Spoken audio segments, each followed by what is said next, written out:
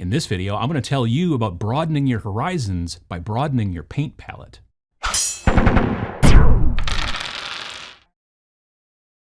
As you paint more and more over the years, like I do, you are going to find that you start to gravitate towards go-to colors for many common materials that you paint, over and over on the models that you're painting. So, leather is generally kind of leather colored. It can be black, it could be brown, generally more brown, depends on what you're doing.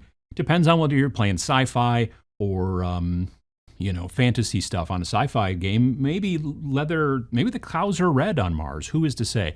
But you have a tendency to stick with certain colors for certain materials and that kind of stuff.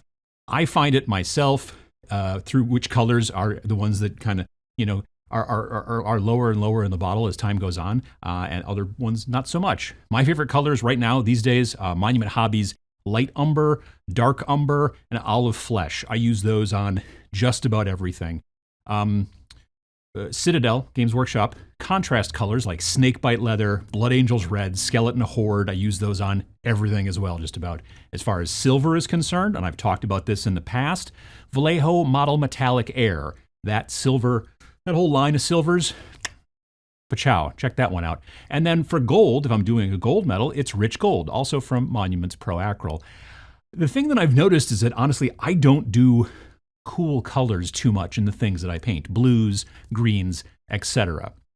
Now, the thing is that this might be because you just like the way that they mix these particular colors, or the surface that they leave behind when they dry. They just, they never dry out on your brush. Like there's all kinds of different reasons. Blending, maybe it's easier to blend with certain paints than others and all that kind of stuff. But sometimes you just, by sticking with very specific colors and very specific paints, you might be painting yourself into a corner color-wise. See what I did there? Now, if you're painting armies, armies are armies. They're going to run generally the same colors across the entire force. Black Templars, for example, are mainly black. So, you're not necessarily selling yourself short by not using all of the colors of the rainbow when you're painting your Black Templars. Now, that being said, you can change some things up. Their shoulder pads are usually white. When I did my Black Templar kill team back in 2019, I think, I painted their shoulder pads more of a cream color, like an off-white kind of thing, and I liked the way that turned out. Plus, if you're painting specifically 40K here, for example, apothecaries are almost always in white armor, and librarians are almost always in blue armor, no matter what color the chapter is generally, represented with. But, chapters are chapters, and their colors are generally standardized, and you can look it up online and find out what you should be doing, and then if you want to go down that road, you go down that road. In military games, however, let's say bolt action, stuff like that, uniforms are all the same. That's kind of actually the meaning of the word, uniform. The reason that you wear uniforms when you're in the military is because they're all uniform. That's kind of the way that works. So when you are doing something like that, painting armies, painting chapters, whatever, big stuff like that, where everybody's supposed to be dressed the same, then, you're not painting yourself into a corner by only using specific colors. You're just kind of following the rules, and there's nothing wrong with that. But what about when you're painting war bands and things like that? Not necessarily a big army, but like a group of, in some situations, war bands, they all wear the same uniform again. You might just be playing a military game that is skirmish-based, but they're still all wearing the same uniform.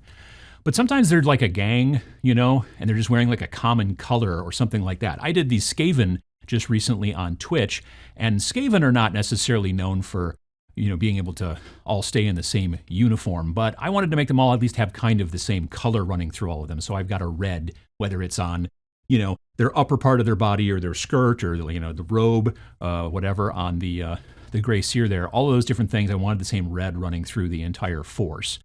And then, what about single characters? If you're painting single characters like for Dungeons and Dragons games, you might be the person in your D&D game that paints everybody's specific hero and things like that. Or you might be painting all of the goblins or all of the hobgoblins or the other types of goblins or whatever. The question becomes, do most of your models look very similar when it comes to the color? Do people look at those models? Someone who knows you well and looks at the models and just on the table and goes, oh, you painted that because you love to use magenta or love to use this color. There's nothing wrong with it, but you may want to broaden your palette to start using some more colors and to make it so that people can't just pick your stuff out of a lineup. So how do you do it? At a very base level, skin tone variation is a great way to vary the way that your models look and the colors that you're starting to use. A group, let's say again, a warband or a gang or something like that, a crew, shouldn't all have identical skin colors. I mean, like, even if you are standing around a bunch of people who have the same skin color as you or are considered to be of the same whatever, you're still going to have variation. Some people who are pale, some people who are less pale, that kind of thing. You know, with the Skaven that I just showed you, I made them all have different fur colors. Some of them were gray fur, some of them were brown fur, some were light brown fur, that kind of stuff. Variation is the key to life, and following along with that will allow you to be able to paint a lot of different things and maybe try some different skin tone recipes that you haven't been using so that not everybody looks like they're all clones of each other. Another way is to force yourself to make an accent color, like the red in the Skaven, also from before, you know, for your warband, but make it a color that you rarely use. Last year, I painted a cabal of all Games Workshop demons for Rain in Hell. I did that again also on Twitch. But I wanted them to all be done in warm tones, right? But I also wanted to make sure that every single one of them had some sort of accent color of a very specific blue contrast color. And I forget the contrast color, but it was one of the blue ones, bright blue. And I made sure that every single one of these generally warm-toned demons had that blue on them somewhere. Maybe it was their hair color or the color of their tongue or some weird gross skin tone or something else. Doing that really can help you to kind of push out and move into different types of paint colors that you maybe don't generally use.